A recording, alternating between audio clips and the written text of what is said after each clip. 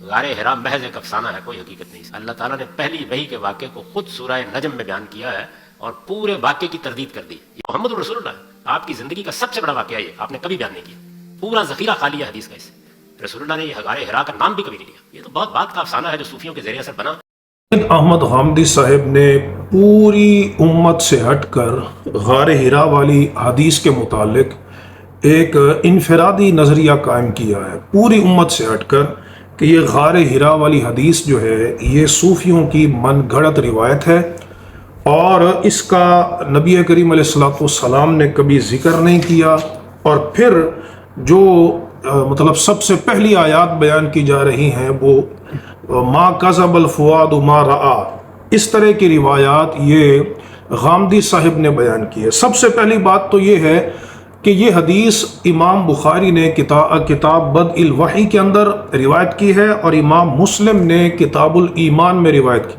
یہ کسی صوفی کی بیان کردہ نہیں ہے، بلکہ اس بخاری اور مسلم کی بیان کردہ ہے جن کی روایات خود غامدی صاحب نے اپنی کتابوں میں بیان کی ہیں۔ اور اگر یہ صوفی ہے اور ان کی روایات ناقابل قبول ہیں تو پھر پوری بخاری اور مسلم جو ہے وہ ناقابل قبول ہے۔ اس پر امام بخاری اور امام مسلم دونوں کا اتفاق ہے، یعنی متفق علیہ روایت۔ اور محدثین کے نزدیک قرآن مجید کے بعد جو سب سے زیادہ مستند اور صحیح روایت ہوتی ہے وہ ہے جس پر امام بخاری اور امام مسلم دونوں کا اتفاق۔ پھر اس روایت کو امام احمد بن حنبل نے بھی اپنی سند کے ساتھ روایت کیا اور درجنوں محدثین نے اپنے اپنے طرق سے اپنی اپنی اسناد سے اس روایت کو نقل کیا۔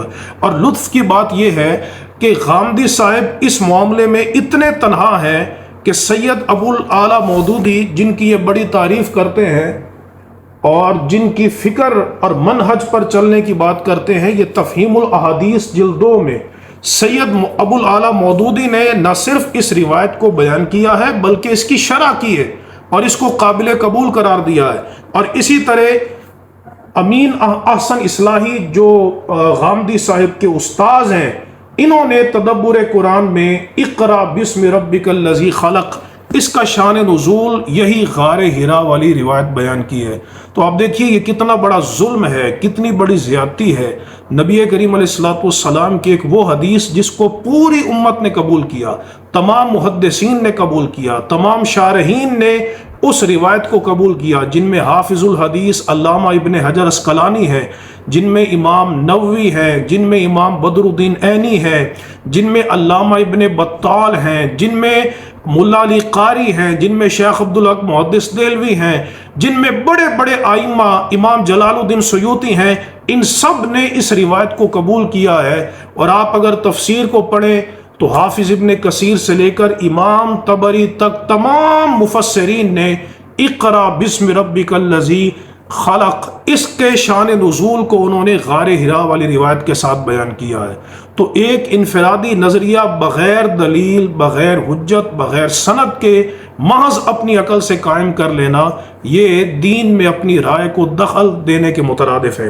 حضرات محترم، غامدی صاحب نے یہ جو کہا کہ نبی کریم علیہ السلام نے کبھی غار حرا والی روایت کا ذکر نہیں کیا، تو میرے ہاتھ میں صحیح مسلم موجود ہے، صحیح مسلم کی کتاب الایمان ہے، اور اس میں نبی کریم علیہ السلام نے غار حرا میں فرشتے کے آنے کا خود اپنی زبان سے ذکر فرمایا۔ سرکار دو عالم علیہ السلام آپ نے فرمایا کہ بینا انا امشی، کہ جس وقت میں چل رہا تھا، سمعت صوتا من السماء، تو میں نے آسمان سے ایک آواز سنی، فرفعت رأسی، میں نے اپنے سر کو اٹھایا، فإذا الملک الذی جاءنی بحرا، فرمایا تو وہی فرشتہ جو میرے پاس غار حرا میں آیا تھا۔ غامدی صاحب اس کو صوفیوں کی گڑی ہوئی بات کہہ رہے ہیں اور نبی کریم علیہ السلام اپنی زبان اقدس سے بیان کر رہے ہیں کہ جاءنی بحرا جالسا علی کرسی بین السماء والارض، تو میرے پاس وہی فرشتہ مجھے نظر آیا کہ جو میرے پاس غار حرا میں آیا، یعنی جبرائیل امین علیہ السلام۔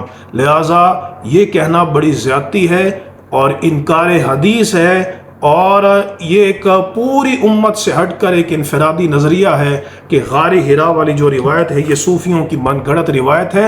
اس کو بڑے بڑے جلیل القدر ائمہ نے بیان کیا. اور پھر جن آیات کا غامدی صاحب ذکر کر رہے ہیں، ما کذب الفؤاد ما رہا، یہ تو معراج کے موقع پہ نازل ہوئی ہیں.